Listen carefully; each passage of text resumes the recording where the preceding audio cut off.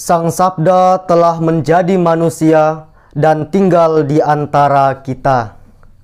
Para sahabat Sabda Hidup yang terkasih, berjumpa bersama saya Frater Aldi, calon imam Keuskupan Palangkaraya.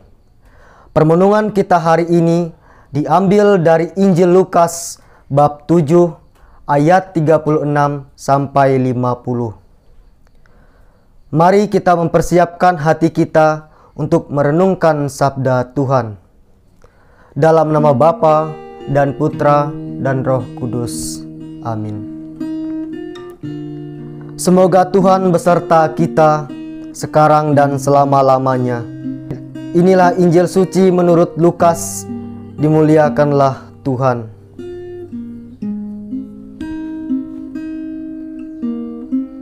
Seorang Farisi mengundang Yesus untuk datang makan di rumahnya. Yesus datang ke rumah orang Farisi itu, lalu duduk makan. Di kota itu ada seorang perempuan yang terkenal sebagai seorang berdosa. Ketika perempuan itu mendengar bahwa Yesus sedang makan di rumah orang Farisi itu, datanglah ia membawa sebuah buli-buli pualam berisi minyak wangi. Sambil menangis ia pergi berdiri di belakang Yesus dekat kakinya. Lalu membasahi kakinya itu dengan air matanya dan menyekanya dengan rambutnya. Kemudian ia mencium kakinya dan meminyakinya dengan minyak wangi itu. Ketika orang Farisi yang mengundang Yesus melihat hal itu, ia berkata dalam hatinya, "Jika ia ini nabi, tentu ia tahu siapakah dan orang apakah perempuan yang menjamahnya ini.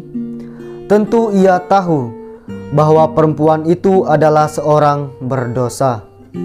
Lalu Yesus berkata kepadanya, "Simon, ada yang hendak kukatakan kepadamu." Sahut Simon, "Katakanlah, Guru." Ada dua orang yang berhutang kepada seorang pelepas uang. Yang seorang berhutang 500 dinar, yang lain 50.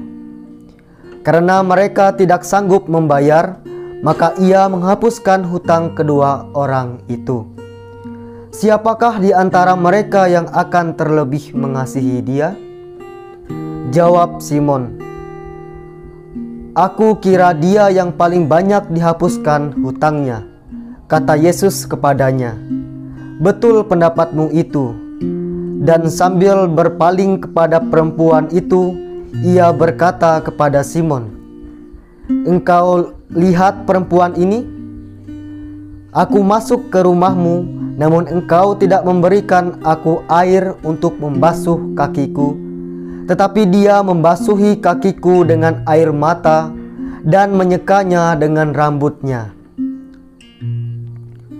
Engkau tidak mencium aku, tetapi sejak aku masuk, ia tiada henti-hentinya mencium kakiku. Engkau tidak meminyaki kepalaku dengan minyak, tetapi dia meminyaki kakiku dengan minyak wangi. Sebab itu aku berkata kepadamu, dosanya yang banyak itu telah diampuni, sebab ia telah banyak berbuat kasih. Tetapi orang yang sedikit diampuni, sedikit juga ia berbuat kasih." Lalu ia berkata kepada perempuan itu, "Dosamu telah diampuni." Dan mereka yang duduk makan bersama dia berpikir dalam hati mereka, "Siapakah ia ini, sehingga ia dapat mengampuni dosa?" Tetapi Yesus berkata kepada perempuan itu, "Imanmu telah menyelamatkan engkau. Pergilah dengan selamat."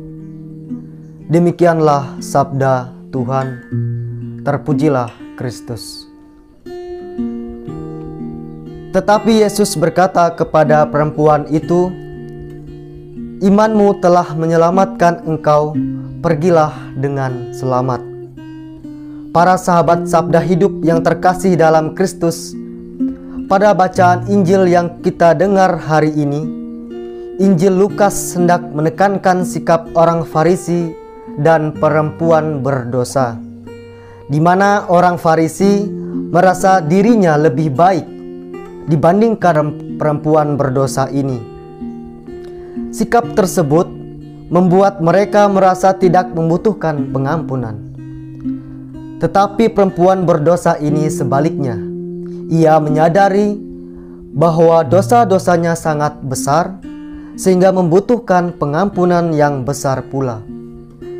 Namun persoalan yang kerap kali terjadi dalam kehidupan kita ialah membandingkan diri dengan orang lain, melihat kehidupan orang lain jauh lebih buruk dari hidup kita, melihat kehidupan menggereja serta hidup doa orang lain jauh lebih buruk, tidak seperti dirinya yang aktif.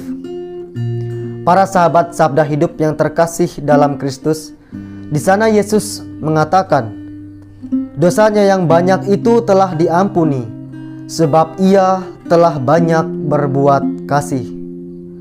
Apa artinya? Dari bacaan yang kita dengar, Simon orang Farisi merasa dirinya lebih baik, lebih suci dari orang lain. Tetapi perempuan berdosa tersebut jauh lebih berkenan di hati Yesus, karena perempuan itu percaya bahwa Yesus mampu mengubah hatinya dan mengubah arah jalan hidupnya dari penuh dosa menjadi orang yang diselamatkan.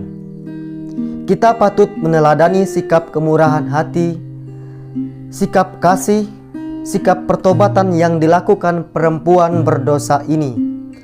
Melalui permenungan ini pula kita diajak untuk melihat kembali diri kita.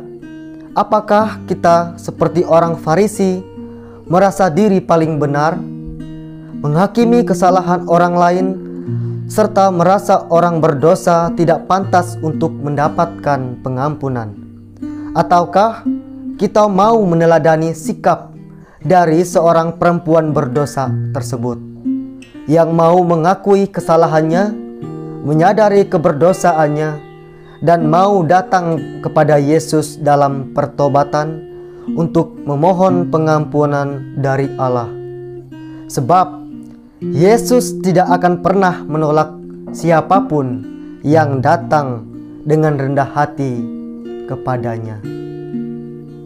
Semoga Tuhan memberkati kita, melindungi kita terhadap dosa, dan mengantar kita ke hidup yang kekal.